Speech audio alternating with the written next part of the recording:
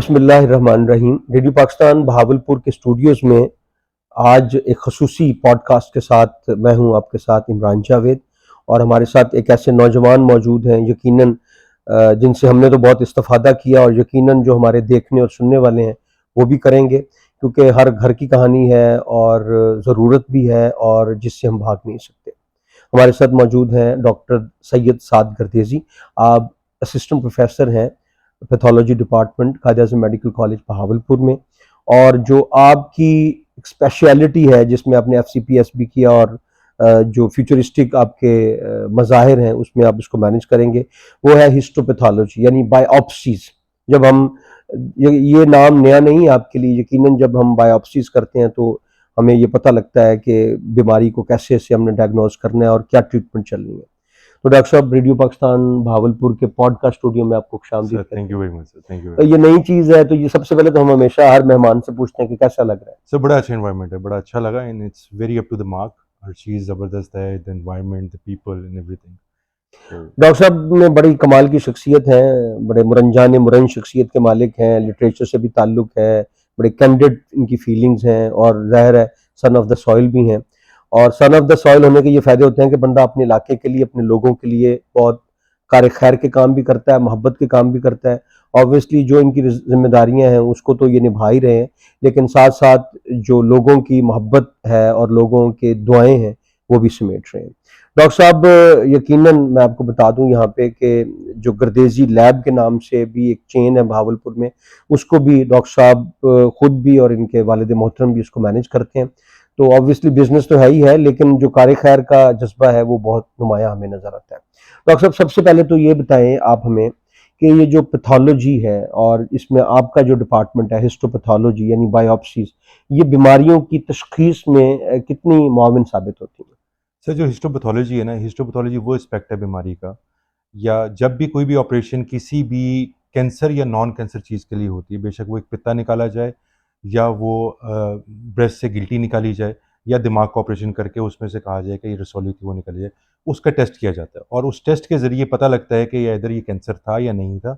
अगर कैंसर था तो वो किस किस्म का कैंसर था, क्योंकि हर किस्म की एक डिफरेंट यानी ट्रीटमेंट है। आप आम लफ्जों में हम ये कह सकते हैं कि बायोप्सीज का मतलब है कैंसर की तशखीस करना। सर, कैंसर है या नहीं है नहीं कैंसर, है और जो अगर नहीं है तो वो क्या चीज़ है जिसकी वजह से वो बीमारी हुई और उसका क्या या इलाज। सिस्ट बनी या रसोली बनी। हाँ, सिस्ट भी थी तो किस किस्म की वो सिस्ट थी, क्या उस सिस्ट से आगे उसकी कोई ट्रीटमेंट होनी है या बस ऑपरेशन हो गया तो ये काफ़ी है, उसके आगे नहीं चलना। तो वो हमारी रिपोर्ट जो होती हैं वो फिर आगे डॉक्टर या ऑन्कोलॉजिस्ट देखता है और उसके हिसाब से उसकी ट्रीटमेंट प्लान होती है। तो ऑब्वियसली जितने भी ट्रीटमेंट की मैनेजमेंट है, प्रोटोकॉल्स हम्म। हैं, तो वो ऑब्वियसली उस रिपोर्ट्स पे मैनेज करते हैं। जी, बिल्कुल करते हैं और हम लोग भी उसी को देखते हुए हम लोग कॉलेज ऑफ अमेरिकन पैथोलॉजिस्ट और जितने रॉयल कॉलेजेस की जो हैं उनकी गाइडलाइंस जो है वो हम लोग फॉलो करते हैं। जो हम लोगों ने ट्रेनिंग में शौक हमें सीखा उसी को फॉलो करते हैं और उसी अकॉर्डिंगली करते हैं।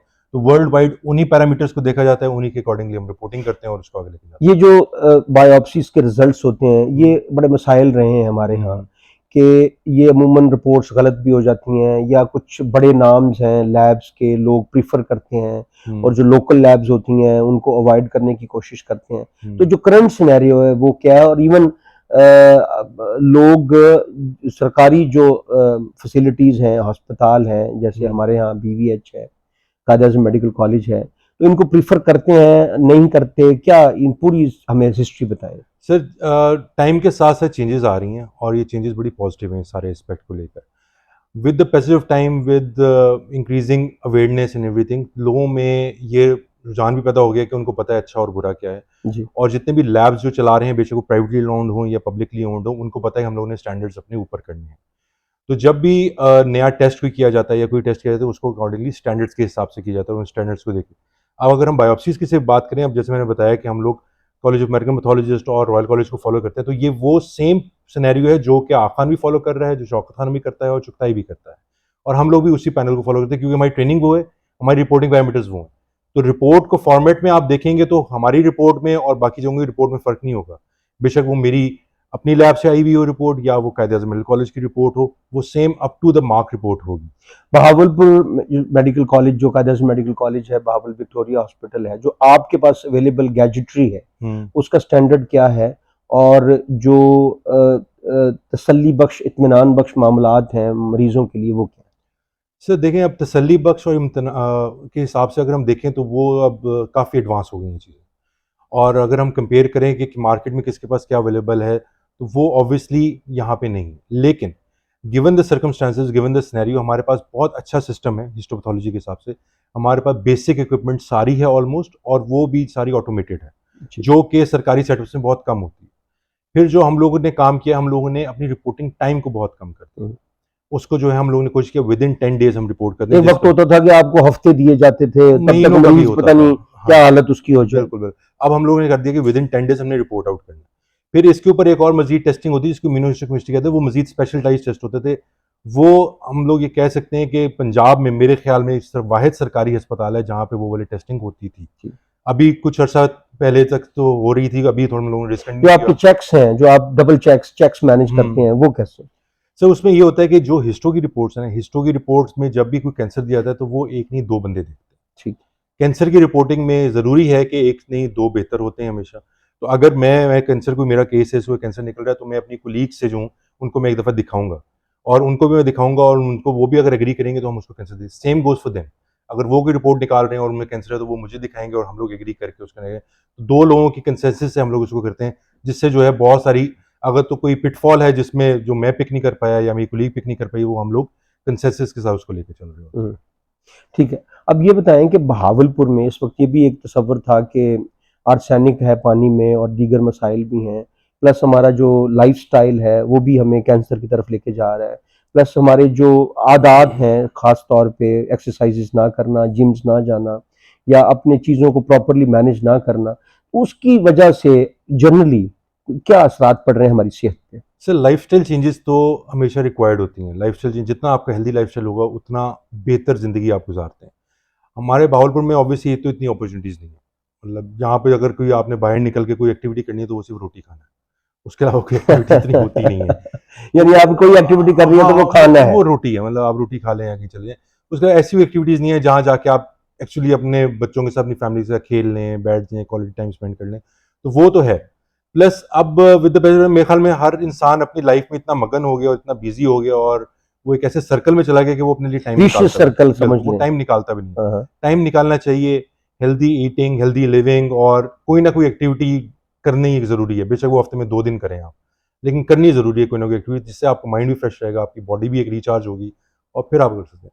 इसको अगर हम जोड़ेंगे कैंसर वगैरह और उनसे बीमारियों में, तो सर कैंसर एक ऐसी चीज़ है जिसमें इतनी सारी वजूहात हैं कि हम पिन पॉइंट नहीं कर सकते, हाँ, ये नहीं किया तो इस वजह से कैंसर हुआ। हुँ। उसमें हमारे तो जीन्स से मोस्ट लेके ऑफ्टनली एनवायरनमेंट ये से। हम बड़ा सहूलत से कह सकते हैं कि आपका जो हेल्दी लाइफ़स्टाइल है, वो आपको बीमारियों से दूर रखता है। बिल्कुल करता है। उसमें कैंसर भी शामिल है। क्योंकि सर हेल्दी लाइफ़स्टाइल, जब आप हेल्दी खा रहे होते हैं, हेल्दी आप पी रहे होते हैं, हेल्दी आप रह रहे होते हैं, तो आपको पता होता है कि आपने बीमार नहीं होना, और आपको थोड़ा-सा भी हिंट लगता है हुँ, ना, हुँ, you always rush to the doctor. हुँ। और जब भी वो अपनी स्क्रीनिंग वगैरह करते हैं, तो वो पिकअप होती हैं चीज़ें, तो वो अर्ली स्क्रीनिंग और अर्ली आपको पकड़ लेना कोई चीज़ को, वही आपको एक बेहतर लाइफ़स्टाइल की तरफ लेके जाते हैं, और एक हेल्दी आप लाइफ़ गुज़ार सकते हैं। रेडियो पाकिस्तान पॉडकास्ट के स्टूडियो में हमारे साथ मौजूद थे डॉक्टर सैयद साद गर्देज़ी। आप असिस्टेंट प्रोफ़ेसर हैं pathology department Bahawal Victoria hospital Bahawalpur में, और कायद-ए-आज़म मेडिकल कॉलेज बहावलपुर का भी ये मैं समझता हूँ तख़सीस है कि यहाँ पे तकरीबन तमाम बीमारियों का शाफ़ी इलाज भी हो रहा है और चीज़ें वक़्त के साथ-साथ बेहतर होती जा रही हैं। तो हम समझते हैं, डॉक्टर साहब ने भी कहा, इनका ताल्लुक तो पैथोलॉजी से है, तशख़ीस से है, और उसी की बुनियाद पे हम आगे अपनी जो ट्रीटमेंट्स हैं वो करते हैं। तो ज़रूरी है कि अपनी ज़िंदगियों में आसानियाँ लाएँ, अपनी ज़िंदगियों में जो कंजेशंस हैं, जो मसाइल हैं, उनसे नबर्द-आज़मा तो आप रहेंगे, लेकिन उनसे निकलने की हतल-वसा कोशिश करें। जितनी आपकी ज़िंदगी आसान, सहूलत से मामूर होगी, आपके चेहरे पे जितनी खुशी आएगी, आप उतना ही बीमारियों से दूर रहेंगे। मैं ज़ाती तौर पे ये समझता हूँ कि रेडियो पाकिस्तान बहावलपुर का भी और जो दीगर इदारे हैं उनका भी ये अव्वलीन फ़र्ज़ बनता है कि अपने लोगों के चेहरों पे खुशियाँ बखेरने में अपना किरदार अदा करें, और रेडियो पाकिस्तान बखूबी बाअहसन तरीके से ये फ़रीज़ा अंजाम देता चला आ रहा है।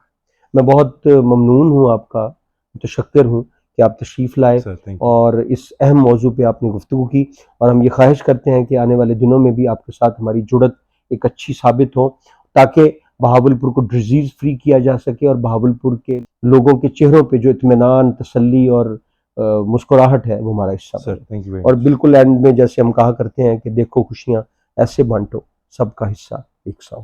डॉक्टर साहब सर बहुत बहुत सर मेहरबानी, थैंक यू आपका बहुत बहुत शुक्रिया कि आप तशरीफ लाए। Thank you very much